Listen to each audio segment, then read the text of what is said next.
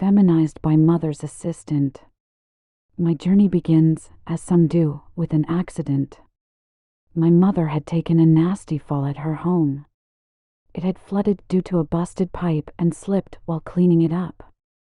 I was living in another town a few hours away when I got a call about what happened, in which I dropped everything and drove expecting the worst. I was an only child, and my father had split when I was very young, so I am very close to my mom. I was getting updates on her condition while I drove the 4-hour trip to my hometown by her secretary and close friend, Diane. She informed me that my mom was at the hospital and they were admitting her to stay. I arrived at the hospital and immediately went to her room. My mom was up and awake with only a busted leg that was wrapped in a cast. After our long hug and greetings, she laughed about the situation and told me it was only a broken leg and thought the whole event was funny. I told her how Diane had made it seem like a life and death ordeal and how it scared me to think the worst, and that I had dropped everything and drove without even packing for a stay. As we sat and caught up on our lives, Diane walked in and told us that it was raining outside and was to be a bad storm. I jumped up and looked out the hospital window to see a near sidewise rain with high winds.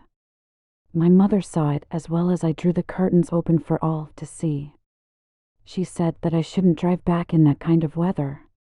As I didn't know the condition of my mother before I arrived, I had phoned my boss and said that I needed a week off to assess my mother's condition. My mother thought it was an excessive amount of time to take off work when she only had a broken leg. I had no idea what to expect when I arrived and thought the time off would be sufficient in case the situation was as bad as Diane had made it out to be. We all laughed at each other and the predicament we were now all in.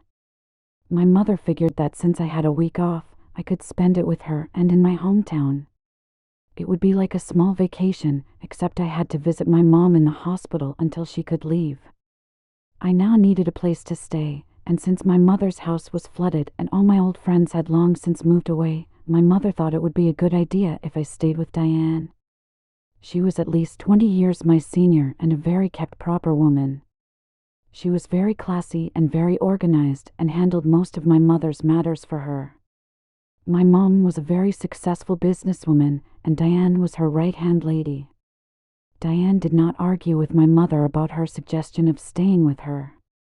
My mother added that I had to be on my best behavior and do whatever Diane asked while I was in her home. After we all said our goodbyes, I rode with Diane to her house as it was foolish to drive 2 cars in bad weather. We stopped for some fast food before we reached her home, which was a small but classy townhouse. We ran to the front door and to the covered doorway from the rain. Diane fiddled with her keys in the safety of the covered doorway as I stood behind her getting rained on. It seemed too dark for her to see the keys, and I seemed to be getting drenched while she fussed to open the door. After she finally unlocked and opened the door, we rushed inside. Diane saw I was now soaked to the bone and told me to stand there while she got some towels and told me to take off my shoes and strip to my underwear. Hearing my mother's voice in my head, I didn't argue with Diane and embraced her help to get dry and warm. She hurried back with some towels and a terry cloth robe. She wrapped me in the robe and helped dry my long grungy hair. I stood and shivered as she dried me off. She then suggested that I take a hot bath while she made a fire and prepared some food. I only then took notice of the fact that I had no clothes and brought nothing with me to wear. Diane told me not to worry about it and that even though she was a few inches taller than me and thicker than my frail form, she should have something for me to wear after I returned from the bath. The clothes I had worn were now soaked and would have to be cleaned at the laundromat in the morning. As I entered the very feminine bathroom, Diane gave me a plastic bag to put my remaining soaked underwear in, and then I was free to use any of her toiletries. While I bathed, she would find me something to wear. I found all kinds of feminine-smelling soaps, lotions, shampoos, hair products, makeup, nail polishes, and so on. I didn't dare want to use anything I didn't need, and all I needed was to wash my body and hair. I found myself scared to touch anything in that I was in a strange woman's house, and I was looking at all her personal hygiene products. Diane ran me a nice bath, adding some bubbles and lotions to it, saying it would help me relax and warm up. She then helped me put my hair in a shower cap, telling me to bathe first, remove the water, then shower to wash my hair. I felt funny as I stood with all my long hair in a shower cap and wearing a pink terry cloth robe. After she left the bathroom, I stripped, put my wet underwear in the plastic bag, hung up the robe behind the door, and stepped into the very hot water. It took me a while to get used to, but when I did, I sat with the water coming up to my collarbone as I soaked. The water was so warm, smelled amazing, and had a slight tingle to it. I must have sat for so long that Diane knocked on the door to check on me. She said I had been in there for almost 45 minutes, and my food was getting cold. I must have passed out for a little bit because the bathwater was also cold. I then got up, pulled the plunger on the tub to release the water, and started the shower head. As I got up, I noticed hair floating in the water, which I couldn't explain until I began showering and saw all my body hair being washed off. I stood there as I was now as smooth as an Olympic swimmer. I took off the shower cap to wash my hair and then washed my body off with flowery soap. After I cleaned out the tub and turned the water off, I stepped out and found more towels to dry off with. I examined my skin as it was now hairless. I now also smelled like the perfume department at Macy's. I dried off, put on the robe again, and brushed out my hair that seemed very soft, tangle-free. I opened the door and found Diane sitting in the living room next to the fireplace. She asked me how I felt and if I was hungry. I told her I was fine and that I could eat a horse. I then went on to ask about why the bathwater made my body hair fall out. She gasped and remarked that she had forgotten that one of the bath lotions was a depilatory hair remover and that she was so sorry. She was so used to making the same bathwater for herself that she didn't remember what she even put in it anymore.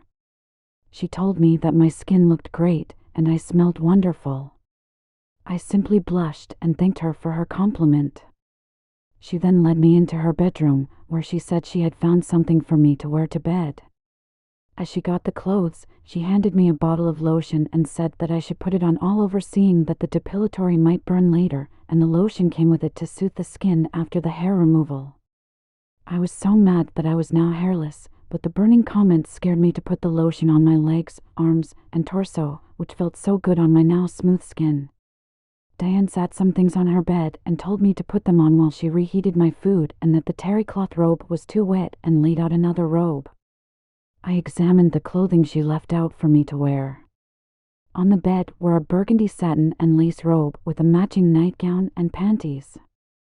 I tried to object on wearing the attire and asked for something else. Diane remarked sternly that she did not make it a hobby to keep men's clothing around, and that I was in a woman's house and that she had women's clothes, and if I didn't like, I could put on my wet clothes and leave. I could tell she was offended, and to quiet the situation, I looked at the ground and remarked that I was sorry to offend her and that I was very thankful for her hospitality and her.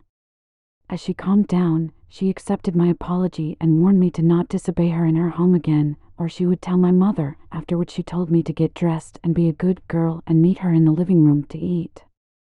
I brushed off the girl's comment as a joke and walked to my new attire in horror and shame. I first stripped off my robe and towels and adorned the panties first. I picked them up to feel the fabric and finger the lace edgings, which seemed to fascinate me yet immortalize me. It felt like entrapment. I slipped them up to my hairless legs and snapped them in place around my waist, hiding my shriveled, pathetic, feminized crotch. The feeling was overwhelming and humiliating at the same time. I felt overpowered and in Diane's control while in her clothes, like she was confining me to satin and lace. I then put on the nightgown and shrieked as the cold satin dropped over and caressed my skin, which Diane had to have heard. I then covered myself in the robe to complete the set and outfit and saw on the floor a pair of black low-heeled sandals. I figured they were left out for me to wear as well and didn't want to further upset Diane by defiling her again. I felt so ashamed and submissive in my nightwear. The robe had a fur edging around the bottom and around the cuffs. All I wanted to do was go eat, go to sleep, and get my clothes cleaned and forget this entire night and go home. Diane was sitting on the couch watching a movie when I came in. She gasped yet again and put her hands to her mouth and then said that I looked fabulous natural beauty. I blushed a deep red at her comment, in which she went on to ask why I had shrieked so loud in her room. I told her about the nightgown and how it was cold along my hairless skin. Diane busted out laughing, saying that she screamed like a girl. I now couldn't stop blushing. She pulled me over to the couch, and I sat with her as I ate my food and watched her chick flick movie. As we sat, she brushed out my hair and put it into a scrunchie. Diane remarked on the shoes I was wearing and that she didn't leave them out for me, but I was welcome to them and that I looked amazing in them. That sent me to a new level of embarrassment, and I continued to stare at the floor and at my feminized feet. Diane reached up and pinched my cheeks, saying how rosy they were when I blushed. After her teasing me, I asked where I was sleeping, in which I was shocked to hear I would be sleeping with her. That took me off guard, but I thought how nice it would be to sleep in the same bed as a beautiful older woman. She said that she thought it would be kind of nice and warmer for both of us and that it was just us girls. I admit I was excited to sleep in bed with an older woman, but also very nervous. Diane went into her room to change and get ready for bed as I cleaned up my mess and put my dishes in the sink. I somehow got sucked into the girly movie she was watching while she was changing. I could smell something weird and look around for the cause of the smell. I had noticed it when I came out of the bathroom. I found a deep red bottle of nail polish on the coffee table and opened it to see if it was where the smell was coming from. Indeed, it was the cause. It had such a strong odor. Just as I was screwing the cap back on, Diane came back and surprised me by saying, "Caught you." She began laughing at how high I jumped, and she said that she had just wanted to scare me. She then asked me what I was doing with her nail polish and if I wanted some. I told her that I was just checking on what the smell was in the room and that it was coming from the bottle. She again laughed and told me that while I was in the bath, she was touching up her nail-polished fingers and toes. She then sat down next to me while taking the bottle from me and told me to give her my hand. Diane said that I would also look good with a little color and that it would match my outfit. This plunged me into shame once again, and I didn't even argue with her in fear of making her angry again. We sat and watched the movie as she proceeded to paint all my fingernails and then went on to my toenails as well. While she feminized my hands and feet, I took notice of what she had changed into. Diane was now wearing an outfit similar to mine, except that it was all red satin. Her busted breast had been shaped into cleavage, and I could smell the same lotion and perfume on her as I was wearing. She had also put her hair into a high ponytail, making her look very strong and superior. After my nails were done, Diane told me to stay there and not move, and I had better not mess up my nails.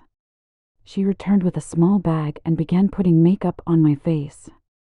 When I tried to ask what she was doing, she said, "SHH," and continued to work on me. I didn't dare stop her as I didn't want to anger her by messing up my nails and makeup and defying her again. Diane put a light foundation, pink eyeshadow, eyeliner, mascara, and a pink lip gloss.